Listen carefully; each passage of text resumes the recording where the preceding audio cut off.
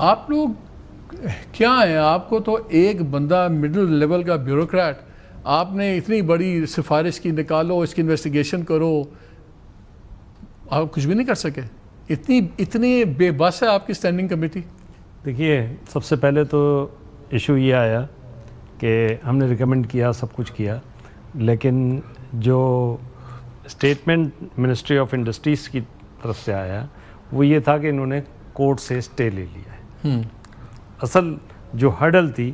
لیکن ان تمام باتوں کے باوجود اس سارے پروسیس کے اندر اس کے ہٹنے کے ساتھ ساتھ اس کے اسٹے کے باوجود بہرکیف ایک کمپیٹنٹ آفیسر اپوائنٹ ہو گیا یہاں پہ، جو سی او ہے اس وقت، اور وہ کام اس نے شروع کر دیا، جس کا آپ نے بھی ذکر کیا کہ 6 مہینے میں جو اس کے رزلٹس ہیں۔ اور ویسے ان کو میں نے 2-3 باری کانٹیکٹ کیا، میں نے ان سے کوئی سوال مانگے، ان کے بارے میں جواب مانگے، تو وہ بھی بات دائیں بائیں کتراتے رہے۔ انہوں نے مجھے کہا کہ دیکھیں، مجھے اب منسٹری کے تھرو جب آئے گا تو میں جواب دے دوں گا، میں ان کا ذیلی ادارہ ہوں۔ تو انہوں نے بھی اپنے آپ کو بچایا۔ فرینکلی میرا خیال تھا کہ بات تو کریں۔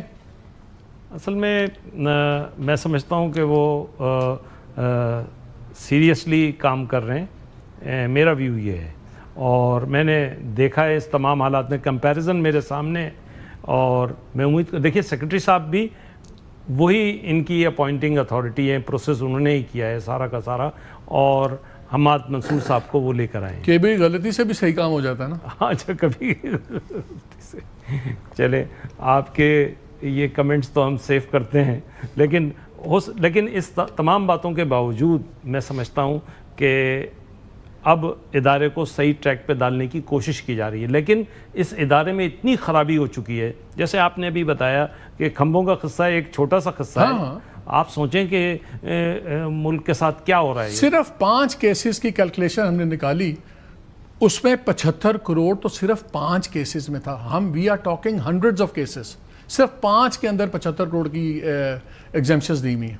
آپ کو اندازہ ہے یہ جو کار اسمبلرز میں کہوں گا، اسمبلنگ کرتے ہیں، ٹویٹا ہو گیا، سوزوکی ہو گئی، اس کے بعد یہ ہو گئی کیا کہتے ہیں سیوک، ہونڈا ہو گئی، آپ اٹھا کے دیکھ لیجئے کہ یہ اب تک پاکستان میں اتنی بڑی پروڈکشن دینے کے باوجود پاکستان میں یہ نہیں بن رہی ہیں، ان کی اسمبلنگ ہو رہی ہے، سادہ سی بات ہے۔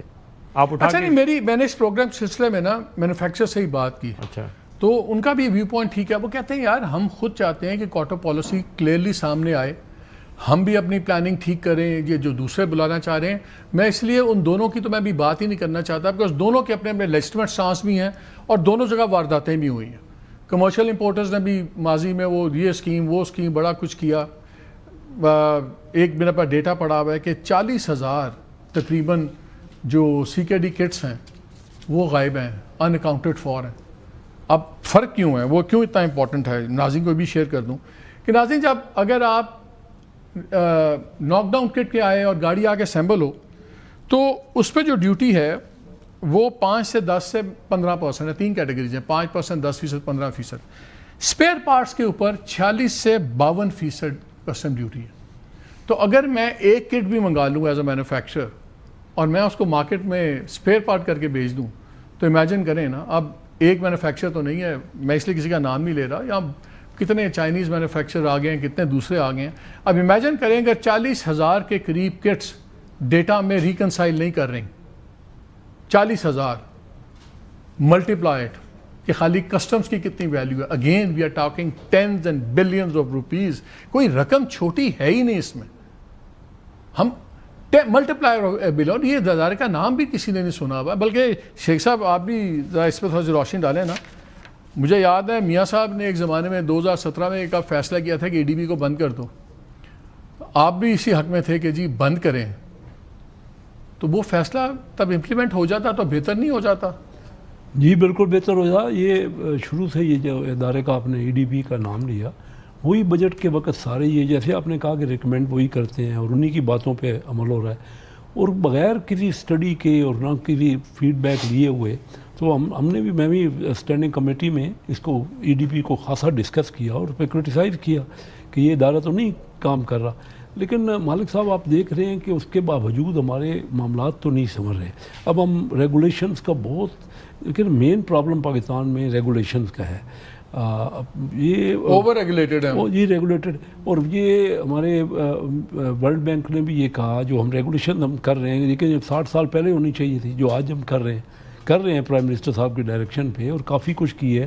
ورلڈ بینک نے اس کے کہا جو اسٹاک ایکسچینج کی انکریمنٹ ہوئی ہے اس میں بھی ریگولیشن کا بہت بڑا تعلق ہے. IMF نے ہماری تعریف کی، BOI کی، لیکن بات ہے بہت کچھ کرنا ہے، ابھی بھی بڑا سلو سپیڈ ہے. میں ابھی آئے 2-3 دن پہلے چیلنج ایک کمپنی ہے جو بہت بڑی ٹیکسٹائل کی انڈسٹری لگا رہا ہے چائنا کا، وہاں لاہور میں. اب اس سے میں نے پوچھا، سینئر ان کا بندہ تھا چیئرمین، کہ کیوں ہمارے یہاں آپ کو پرابلم ہو رہا ہے؟ وہ کہتے ہیں جی ویتنام میں ہر چیز ہمیں فوری ملتی ہے، بجلی ملتی ہے، گیس ابھی بھی ہم نہیں، باوجود کہ ہمارے چاہتے ہوئے. دیکھیے میاں شہباز شریف صاحب خود 86 میں Lahore chamber of commerce industry کے پریزیڈنٹ تھے، میں 87 میں Karachi chamber of commerce industry کا پریزیڈنٹ. تو ہم بزنس کمیونٹی کے لوگ ہیں، وہاں سے آئے ہیں.